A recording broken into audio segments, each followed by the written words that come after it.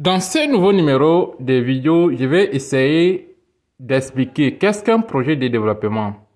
Nous tous, nous entendons parler des projets de développement, mais concrètement, est-ce que nous savons qu'est-ce qu'un projet de développement et quels sont les domaines qui interviennent plus dans un projet de développement? Sans trop tarder, nous sommes dans le domaine des génies civils, mais notre domaine des génies civils contribue assez et énormément pour les projets de développement en construisant des infrastructures, des routes, des voies, des logements, des stades et ses consorts. Ici au Burkina, par exemple, le démarrage d'un projet de développement. Comment démarrer un projet de développement? Allons découvrir un peu avec cette vidéo. La première brique est posée, le chantier peut maintenant commencer. Dans moins de 5 ans normalement, cet espace d'environ 5 hectares va abriter l'une des plus grandes infrastructures modernes de l'Afrique de l'Ouest. Le complexe immobilier Burkindi Business Center est une initiative du gouvernement burkinabé déterminée à faire de Ouagadougou une ville attractive. En plus de faire de la capitale burkinabé un hub d'affaires régional, le projet veut aussi et surtout réduire les charges locatives. Ce que nous devons retenir pour chaque projet de développement, c'est qu'il y a un acteur principal et un objectif qui est défini à atteindre. Et en génie civil, par exemple, tout projet de développement, c'est un ensemble des activités qui sont planifiées ou créées qui visent à améliorer des infrastructures comme bâtiments, les routes, des ponts, des stades et des voies ferrées, les caniveaux, c'est-à-dire ce qui englobe tout le génie civil, l'assainissement, le drainage des eaux, des barrages. Ici, l'objectif de ce projet de développement, c'est comment réduire les coûts pour les loyers. Donc, pour chaque projet de développement, il y a tout un détail qui doit être, et il y a des acteurs qui sont impliqués.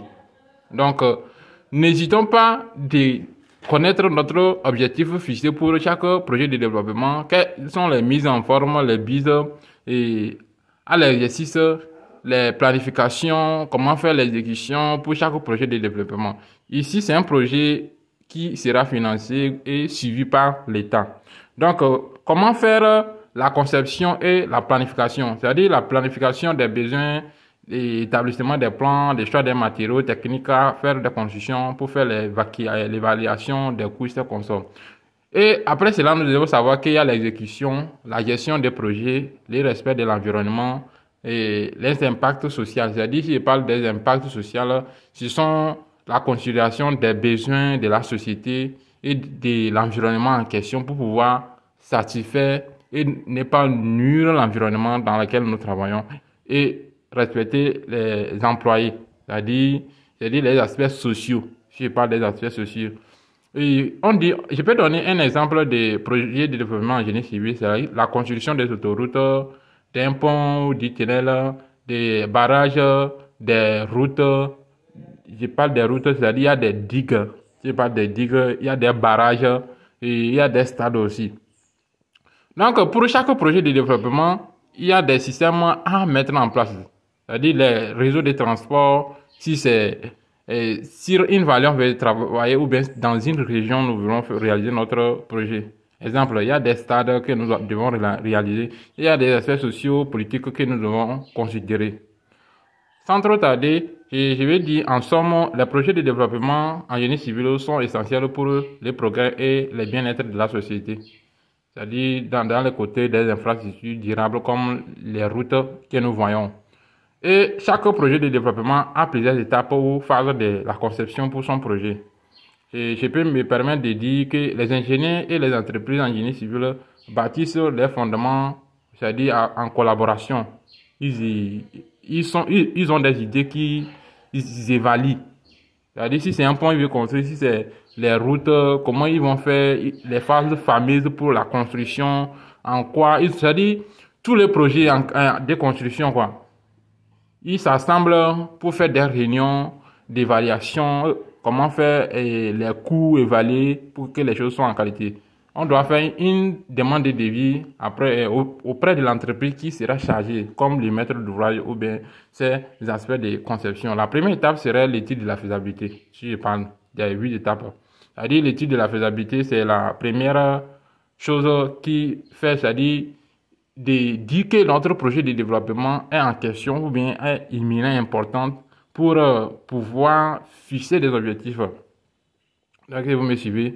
Donc, et cet aspect réduit les coûts, tous travaux et l'étude de la faisabilité permet également d'optimiser la gestion du chantier, de la construction, du début, c'est-à-dire des décapages jusqu'à l'élévation et la finition. La finition. Et la deuxième étape serait quoi? Après l'étude de la faisabilité qui permet d'optimiser la gestion, il serait question d'aller au niveau de notre deuxième étape. Notre deuxième étape va nous expliquer comment faire, je peux dire, les designs conceptionnels ou bien pour le projet. Par exemple, les designs, c'est-à-dire l'architecte qui fait son devis, bien son plan. Il fait un plan de la conception qui garantit également la protection des ressources naturelles. Notre projet de développement va prendre cet aspect, cette forme et ce consortium. Cette opération aide surtout les maîtres d'ouvrage à formuler les pensées. La troisième étape serait la phase d'analyse de la conception du site. Vous voyez ici, ils sont en train de faire la conception et l'analyse du site. Ce qui vient une fois que le marché est acquis. C'est-à-dire cette étape vient une fois que le marché est acquis, vous asseyez, vous discutez comme le font nos autorités ici. Et il faut faire l'environnement du projet, l'impact environnemental, les caractéristiques et la vie, les conditions de vie pour chaque acteur, c'est-à-dire la délimitation des zones. Ici, c'est si toi tu travailles, c'est si toi tu travailles. Quatrième étape serait la phase de la conception, nivellement et drainage des projets.